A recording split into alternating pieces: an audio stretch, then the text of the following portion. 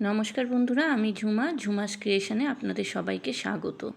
আজ আমি আপনাদের সঙ্গে মাছেরই একটা রেসিপি শেয়ার করব। রেসিপিটা হলো গুড়জালি মাছের ঝাল। এই মাছটার খুব টেস্ট, ঠিক মতো রান্না করলে এই মাছটা দিয়ে কিন্তু এক থালা ভাত খাওয়া হয়ে যায়। তাহলে চলুন আমি কিভাবে করেছি এই গুড়জালি মাছের ঝাল আপনাদেরকে দেখিয়ে দিই। আপনাদেরকে একটাই রিকোয়েস্ট, আপনারা ভিডিও শেষ পর্যন্ত আমার সঙ্গে থাকবেন। প্রথমে কড়াইতে পরিমাণ মতো সর্ষের তেল দিলাম। তেলটা গরম হলে আমি মাছগুলো দিয়ে দিলাম। এই মাছটা অনেক রকমভাবেই রান্না করা যায়, তবে আমি এটা করেছি পেঁয়াজ রসুন দিয়ে। মাছগুলো সব দিয়ে দিয়েছি। এবার এগুলোকে একটু ভালো করে ছড়িয়ে তেলের মধ্যে দিয়ে দিলাম। কিছুক্ষণ পর মাছগুলো উল্টে দেব। এই মাছ কিন্তু খুব বেশি কড়া করে ভাজার দরকার নেই, হালকা ভাজা হলে আমি তুলে নেব। একটা পিঠ ভাজা হয়ে গেছে, আর এক পিঠ উল্টে দিলাম। এবার এই পিঠটাও ভাজা হলে আমি তুলে নেব। আপনারা কে কোথা দিয়ে আমার এই ভিডিওটা দেখছেন বন্ধুরা, কমেন্টে জানাবেন।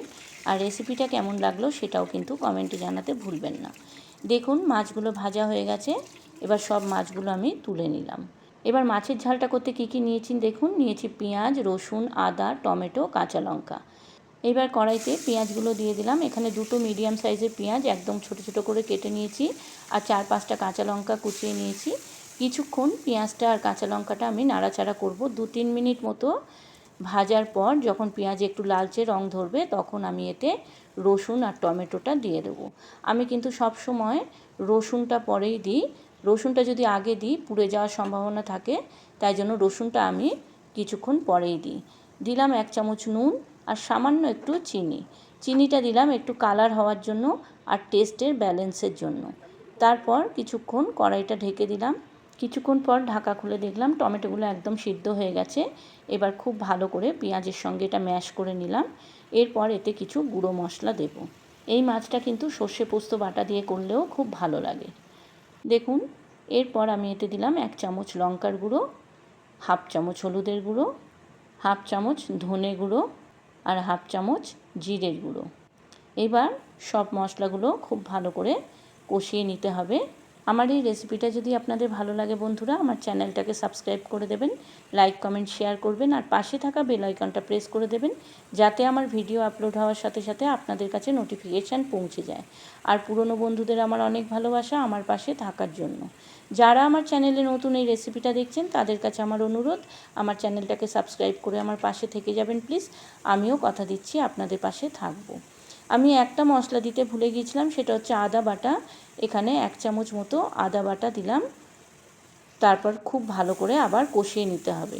আদাটা পরে দিলাম বলে যে আদার কাঁচা গন্ধ ছাড়বে সেরকম নয়। আদাটা দিয়ে আবার একটু জল দিয়ে আমি খুব ভালো করে কষিয়ে নেব। যতক্ষণ না মশলা থেকে তেল ছাড়ছে ততক্ষণ কিন্তু আমি এটা কষে যাব। মশলা যত কষাবেন ততই কিন্তু তার টেস্ট বাড়বে। কাছের দূরের নতুন পুরনো সকল বন্ধুদের জানাই আমার আন্তরিক ভালোবাসা, কারণ আপনারা না থাকলে আমি আজ এত দূর পৌঁছতে পারতাম না। তাই আপনাদেরকে আমার অন্তর থেকে ভালোবাসা জানাই। দেখুন মশলাটা প্রায় কষানো হয়ে গেছে, আরও কিছুক্ষণ মশলাটা কষাবো। খুব সুন্দর একটা রেসিপি, আমি চাই আপনারাও একবার এরকমভাবে করে নিন, আপনাদেরও ভালো লাগবে। দেখুন মশলাটা কষানো হয়ে গেছে। এবার আমি এতে সামান্য জল দিয়ে দেব। জলটা কিন্তু খুব বেশি দেব না, 2 কাপ মতো জল দিয়ে কড়াইটা আমি ঢেকে দিলাম।